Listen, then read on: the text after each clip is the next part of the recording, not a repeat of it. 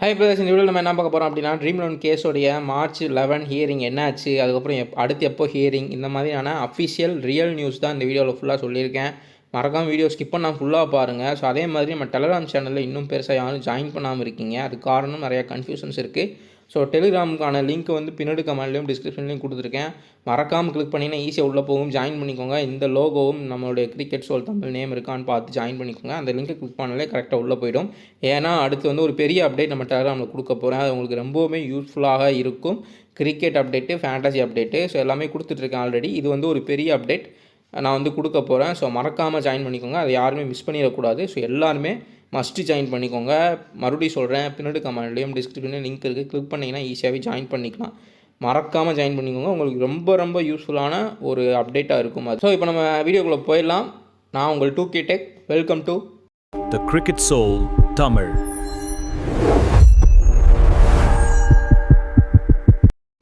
So அந்த hearing என்னாச்சுன்றதை பார்த்துருவோமா. March 11 ஹியரிங்க்கு case list ஆகவே கிடையாது. பிடிஎஃப்பில் சுப்ரீம் கோர்ட்டில் லிஸ்ட் ஆகலை. அது காரணம் என்ன அப்படின்னா, எல்லாருமே என்ன நினைப்போம் அப்படின்னா, ஒரு செட்டைன் டேட் சொல்லிவிட்டு அந்த செட்டைன் டேட்டில், அதாவது மார்ச் 11ன்னு சொல்லிட்டா, போன ஹியரிங்க்கு அப்புறம் நெக்ஸ்ட் ஹியரிங் மார்ச் 11 சொல்லியிருந்தாங்க.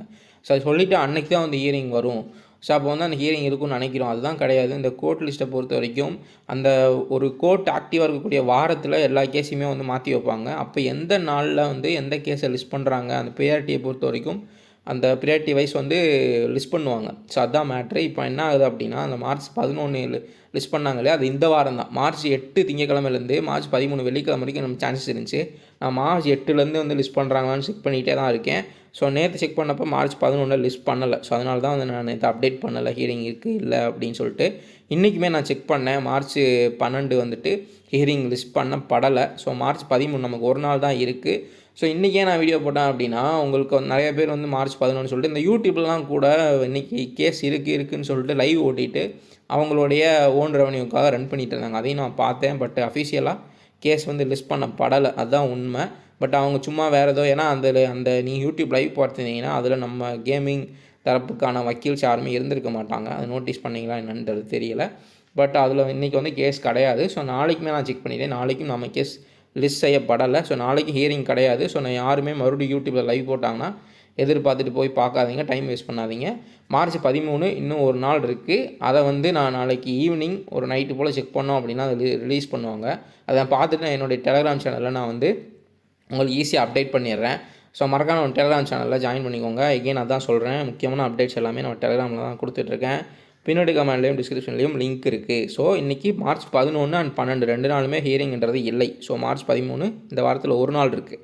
அப்படி வந்து மார்ச் 13லேயும் உங்களுக்கு ஹியரிங் வரலை அப்படின்னா நெக்ஸ்ட்டு வீக்குக்கு தள்ளி போட வாய்ப்பு இருக்குது. நெக்ஸ்ட் வீக் வரும். அதாவது வக்கீல்ஸ் உள்ளே வந்து ஏதாவது பேசி எங்களுக்கு டேட் கொடுங்கன்னு பேசி தள்ளி போட்டால் மேபி ஒரு மாதம் தள்ளி போடலாம். ஸோ லாஸ்ட் டைம் நடந்த மாதிரி. பட் இந்த டைம் வந்து அந்த ஹியரிங்க்கான டேட்டுக்கு வந்து லிஸ்ட்டே ஆகலை கேஸு. ஸோ அதனால் வந்துட்டு நெக்ஸ்ட் வீக்கு அடுத்து எப்போ கோர்ட் ஆக்டிவாக இருக்கோ அதுக்கு வந்து கண்டிப்பாக தள்ளி போடலாம் நியர்பை டேட்ஸில். ஸோ அதையுமே நான் வந்து செக் பண்ணி டெலிகிராமில் உங்களுக்கு அப்டேட் பண்ணுறேன். ஸோ ஹியரிங்கை பொறுத்த வரைக்கும் மார்ச் 11, 12 ஹியரிங் கிடையாது. So next possible hearing March 13. So இதுதான் வந்து நான் சொல்ல வந்தேன். இன்னொரு முக்கியமான விஷயங்கள் என்ன பேசணும் அப்படின்னா, எதுக்கு இப்படி வந்து கேஸை ஹியரிங் எடுக்காமலே போயிட்டே இருக்காங்கன்னு சொல்லிட்டு உங்களுக்கு நிறைய பேர் டவுட் இருக்கும். அதை பற்றி நான் வந்து செக் பண்ணி பார்த்தேன். என்ன நடந்திருக்கு அப்படின்னா, நமக்கு நவம்பர் வரைக்கும் நடந்த ஹியரிங்லாம் வந்து ஒரு 2 ஜட்ஜ் இருக்கக்கூடிய ஒரு கோர்ட்டில் தான் வந்து அவங்க தான் வந்து பார்த்து ஹியர் பண்ணிகிட்டு இருந்திருக்காங்க. லாஸ்ட்டாக வந்து அதுதான் நடந்துச்சு. நிறைய ரூமர்ஸ்லாம் வந்துச்சு இல்லையா. ஸோ இந்த மாதிரி சொல்லிட்டாங்க, அப்படி நடந்துச்சுன்னு சொல்லிட்டு அப்போ தான் வந்து அவங்களுடைய வாதத்தெல்லாம் கேட்டாங்க அது 2 ஜட்ஜ் இருக்கக்கூடிய அந்த கமிட்டி.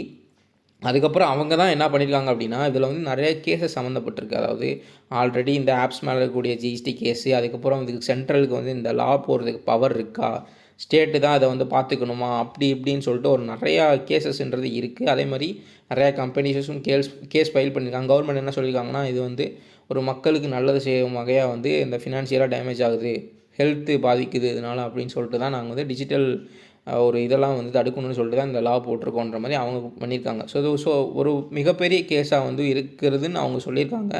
சொல்லி இதை வந்து 3 பேர் கொண்ட ஜட்ஜு கமிட்டி தான் வந்து இதை வந்து ஹியர் பண்ணணும். அதனால் நாங்கள் அதுக்கு வந்து ஷிஃப்ட் பண்ணுறோன்னு சொல்லிட்டு மாற்றிருக்காங்க. ஸோ அந்த 3 ஜட்ஜ் இருக்கக்கூடிய கேசஸ் எல்லாமே பெரிய பெரிய கேசஸ் தான் வந்து அவங்க ஹியர் பண்ணுவாங்க. So most of the cases வந்து ஒரு பிக் கேஸஸாக தான் இருக்கும்.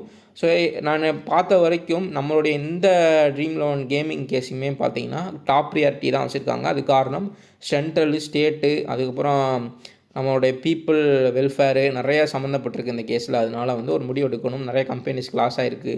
ஸோ இந்த டிசிஷன் வந்து ஒரு பெரிய லெவலில் ஒரு பாதிப்பு உண்டாக்குறதுனால ஸோ அது பெரிய டிசிஷன் எடுக்கணுன்றதுக்காக அவங்க என்ன சொல்கிறாங்க அப்படின்னா, அடுத்தடுத்து ஒரு மாதம் தள்ளி போகிறதுக்கு ரீசன் அவங்க என்ன சொல்கிறாங்க அப்படின்னா, இந்த கேஸ் வந்து பெரிய கேஸு, அதனால் நாங்கள் வந்து ஒரு ஃபுல்லாக ஒரு எப்படி சொல்கிறது, அதிகமான மணி நேரங்களுக்கு வந்து வாக்குவாதம் பண்ணி ஒரு டிசிஷன்றது நம்ம எடுக்க வேண்டியது இருக்கும். ஸோ அதுக்கான டைமிங் அமைகிறப்ப தான் இதை வந்து கேட்க முடியும். அதுக்கு முன்னாடி வரைக்கும் இந்த ஹியரிங்கிறது நடக்காது. ஸோ அவங்க டிசைட் பண்ணணும், அவங்களுக்கு டைம் கிடைக்கணும் அப்படின்றது தான் அவங்க ரீசனாக சொல்லியிருக்காங்க. ஸோ பார்க்கலாம். ஆனால் இதில் ஒரு ப்ளஸ்ஸும் இருக்குது, மைனஸும் இருக்குது. என்னென்னா 3 ஜட்ஜுக்கு மாற்றிருக்காங்க. ஸோ ஹியரிங் கம்மியாகிறதுக்கான வாய்ப்புகள் இருக்கும். ஏதாவது ஒரு நாள் வந்து கிடச்சிது அப்படின்னா ஒரு டோட்டல் ஆர்கியூமெண்ட்டே வந்து 2 தரப்புலேருந்து வைக்கலாம். அன்றைக்கே வந்து ஒரு பிக் அனௌன்ஸ்மெண்ட்டோ அப்படி இல்லாட்டி வந்து ஒரு ஃபைனல் ஹியரிங்க்கான டேட்டோ வந்து வரலாம். ஆனால் இன்னொரு மைனஸ் என்ன நடக்குது அப்படின்னா, இதுக்கு வந்து கோர்ட்டுக்கு வந்து டைம் கிடைக்க மாட்டேங்குது. அதனால் வந்து தள்ளி போட்டுகிட்டே போயிட்டுருக்காங்க. இந்த கேஸை லிஸ்ட்டே பண்ண மாட்டேங்கிறாங்க. பிகாஸ் அது பிக் கேஸ்க்கு வந்து இது இத்தனை நாள் எவ்வளோ கேஸ் இருக்குது, ஸோ இதை எடுத்தோம்னா கண்டிப்பாக அவங்க மறுபடியும் தள்ளி போடணும் அப்படின்றனால டக்குன்னு அடுத்தடுத்த டேட்டுக்கு வந்து லிஸ்ட் பண்ண மாட்டுறாங்க. ஸோ பார்க்கலாம். அடுத்து வந்து நெக்ஸ்ட் வீக்கில் லிஸ்ட் பண்ணுறாங்களான்றதை பார்த்து நான் மறக்காமல் வந்து அப்டேட் பண்ணுறேன். அடுத்தடுத்து டெய்லிலாம் இதை பற்றி நான் ஒரு வீடியோஸ் வந்து அப்டேட் பண்ண முடியுமான்றது எனக்கு தெரியல. ஸோ அதனால் வந்து மறக்காமல் எல்லாத்தையுமே நான் டெலிகிராமில் அப்டேட் பண்ணிடுறேன். மறக்காமல் நம்ம கிரிக்கெட் சோல் தமிழுடைய டெலிகிராம் சேனலில் டிஸ்கிரிப்ஷன்லேயும் பின்னாடி கமெண்ட்லேயும் லிங்க் கொடுத்துருக்கேன். கிளிக் பண்ணி ஜாயின் பண்ணிக்கோங்க. ஸோ நம்ம நெக்ஸ்ட் வீடியோவில் பார்க்கலாம்.